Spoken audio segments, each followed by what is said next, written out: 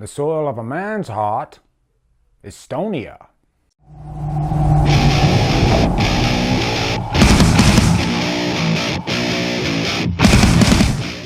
Pet Sematary stars Dale Midkiff, Fred Gwynne, and is directed by Mary Lambert. What's up, guys? As you all know, it is sweeping the nation right now, making $123 million over the weekend. And it made me harken back to a movie from my childhood that I saw in the theater twice, Pet Sematary. And this movie just had such a hold on me because of its uniqueness and plot, because of the richness in characters, and it was really scary. That's the big thing. I'm coming for you, Rachel. And this time, I'll get you.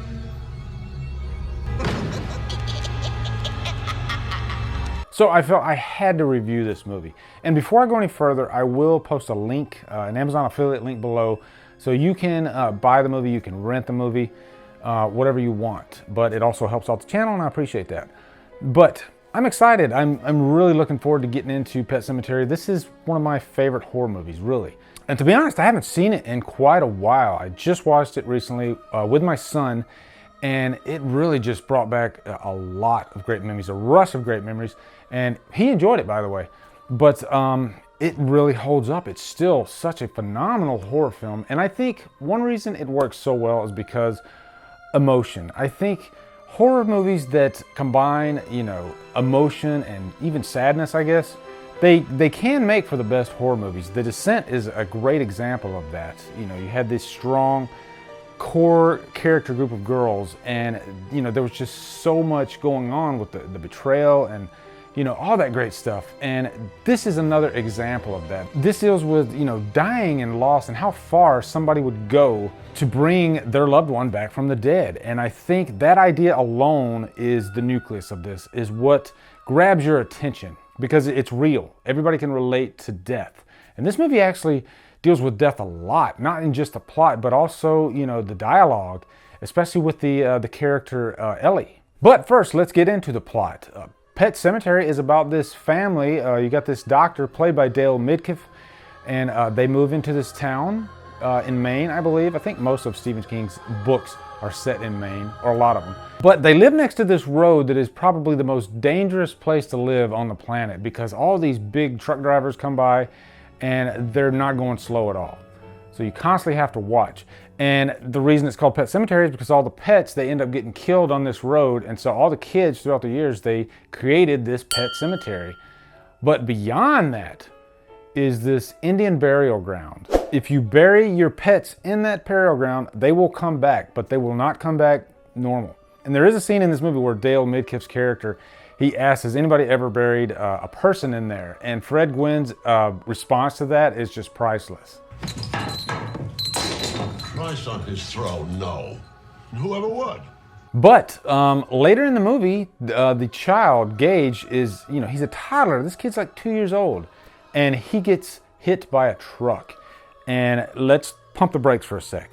That scene is, to me, one of the most emotional scenes of any, not just horror movie, but movie I've ever seen. The way the scene is directed by Mary Lambert, Dale Midkiff's reaction to that scene, it's just jaw-dropping. And even when you're in this movie, you never think that that truck is actually going to hit that child.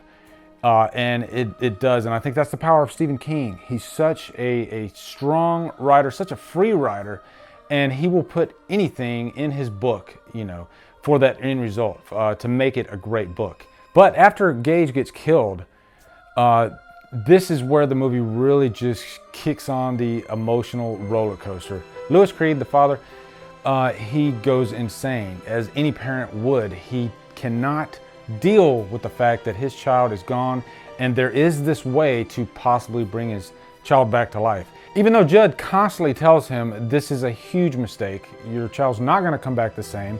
I know you're hurting right now, but this is just a horrible idea. Through all that, he's so brokenhearted that he has to do it. Now, one reason this movie works so well is because of all the great characters. every character in this, they have their own thing going on, their own little subplots.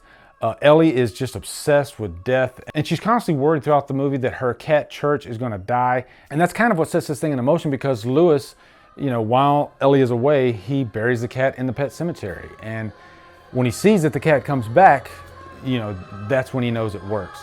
And then you got Dale Midkiff, who plays Lewis, gives a great performance in this movie. And he's one of those actors that I always thought would go farther. He actually played Elvis in a movie before this, a television movie called Elvis and Me, and it was a book written by Priscilla Presley, and it makes Elvis look like the biggest piece of crap ever. And Dale Midkiff plays him to perfection. He really is a great actor. But then, you know, he didn't flourish, I guess, as an actor. He ended up doing one of the Crow sequels. So, but his performance in this is fantastic. And he is the anchor of this movie. You know, we are pretty much following in his footsteps throughout this whole thing and watching him descend into madness. And then the biggest character that I have to talk about, rest in peace, is Judd, played by the great Fred Gwynne. He is just one of those few character actors that just has such a signature style of acting, and there's only a handful of these guys. His performance is flawless in this, and really, he kind of puts a stamp on this movie because of his performance, because any other actor playing that part would not have been able to give that type of performance. You know, not to say that it couldn't have been a great performance, but it was so signature, his performance in this. And all the lines that are quoted from this movie are from Judd. And of course, one of my favorites that everybody says is, "Sometimes dead is better." And then there is this character early in the movie. He is in an accident. He's hit by a truck, I believe. And Lewis is a doctor. Even though he knows that this guy's gonna die, he wants to at least respect the craft, go through the motions, and try to save this guy's life.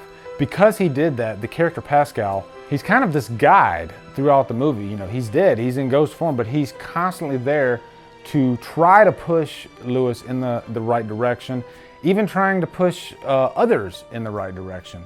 And you're gonna get some of those American Werewolf in London vibes, because there was another character in that was like this. I wouldn't call it copying, because the character is essential to the story. And I haven't read the book, Pet Sematary, so I don't know if Pascal's in the book. I'm sure he probably is. But I do like movies that take, I guess, creepy, scary characters and make them, you know, a good person, you know, a good character.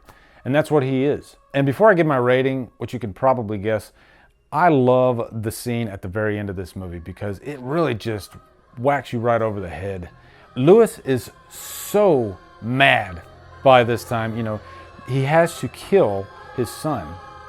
And that scene is just so emotional, so creepy. You go through a whirlwind of emotions. I feel like I want to cry every time I watch that scene. You know, watching Gage come back to life, and then Lewis realizes, I have to kill my son. Really, again, it's that emotional thread that just constantly runs through this movie that makes it so special. And then he's so crazy that he brings his wife back to life. And then at the very end, she kills Lewis, which some might say he did it on purpose, and knowing that she was going to kill him, and he was just ready to die anyway. But guys, Pet Sematary, what a movie. Not just a horror movie, what a fantastic film. Love this movie. And a word on Mary Lambert, the director. She actually directed Pet Sematary 2. I haven't seen that movie since it first came out. I don't even remember if it's good or not. I just know Edward Furlong did it after he did Terminator 2. But you know, the way she directed this film, flawless. And it surprises me that most of her work is in TV or even in music videos, because this felt like, you know, a seasoned pro directed this film. And Stephen King wrote the screenplay. But my rating for Pet Sematary is Trapped on an Island. This is one of my favorite horror movies. I love it. And also, be sure to check out my two good friends, Cody Leach. He put out his own review of Pet Sematary. And then CP from Lola Like It Reviews put out his own review under his Savage Cinema series, which is a really fun series. He throws a lot of comedy into his reviews, and I think you'll get a kick out of it. But yeah, there's two other alternative reviews for Pet Sematary for you, besides my own. Anyway, guys, what are your thoughts on Pet Sematary? What is your favorite Stephen King movie? Post in the comments below. Also, come over to Killer Flicks, where we talk horror all day, every day on Fridays. We do Free For All Fridays. Follow me at Drumdums on Facebook, Twitter, Instagram, and Letterboxd. If you like what I'm doing, hit that subscribe button. I'd really appreciate it. Anyway, guys, thank you so much for watching. Have a great day. And sometimes dead is better.